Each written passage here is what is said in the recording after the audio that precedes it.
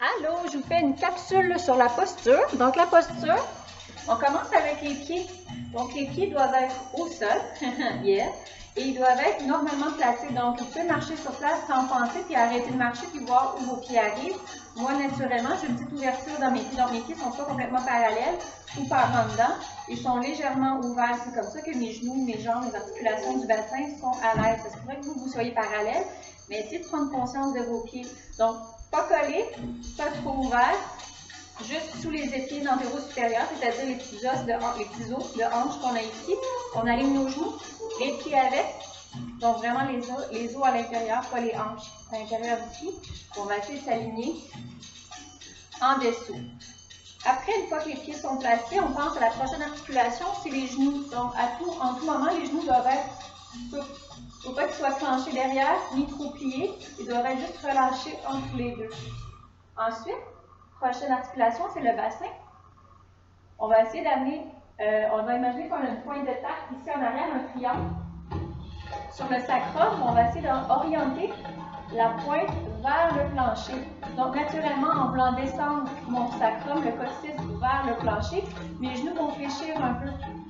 Ou on peut aussi imaginer qu'il y a un petit tabouret. On veut s'asseoir dessus. Donc, on relâche les genoux, on ramène le bassin. Pour s'assurer que notre bassin reste toujours en bas, on peut voir ici que mon bord de pantalon fait un genre de sourire. En ramenant le sacrum, le bord de pantalon vient un peu plus droit. Ce qu'il faut éviter, c'est d'engager trop les abdominaux, parce qu'après, on ne pourra plus relâcher le ventre. Donc, ce qu'on veut, c'est descendre le sacrum. Ça va faire fléchir les genoux, puis on relâche les hanches. Ensuite, on a les côtes, la cage thoracique. Ce qu'on veut, c'est imaginer qu'on a des mains ici qui nous prennent et qui nous soulèvent vers le ciel. Donc, on veut grossir la cage et aller vers le haut, parce que c'est pas gracieux de danser le dos rond.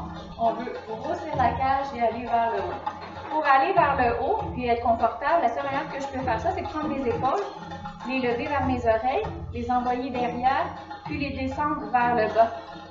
Quand je vais les rouler vers le bas, ça va pousser mes côtes légèrement vers l'avant. Là, j'exagère pour que vous voyez une différence sur l'écran. Mais normalement, juste rouler les épaules derrière, ça va faire soulever mon sternum, ma cage thoracique vers le haut. Puis, on peut imaginer qu'on a des longues boucles d'oreilles ici. On ne veut pas que les boucles d'oreilles touchent à nos épaules. Donc, je n'aurai pas les épaules vers les oreilles. Je vais rouler vers l'arrière, allonger la nuque.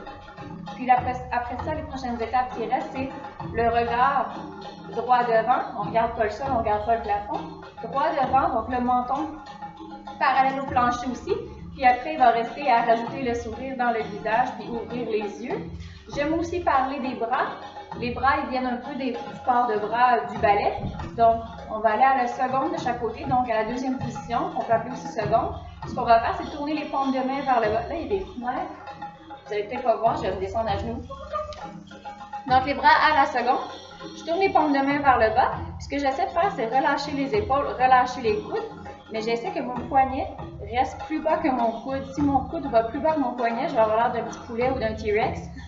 Donc, j'essaie que les coudes, le petit pointu, pas beau aussi, ou beau, ça dépend si on met de la crème sur vos coudes, lui, on veut qu'il soit orienté vers l'arrière.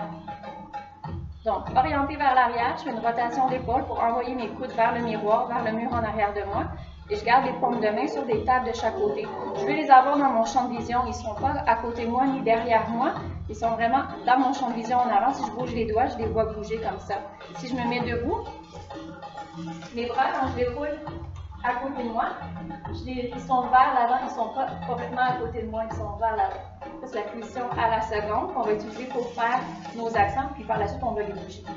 Voilà, c'était pour la capsule posture.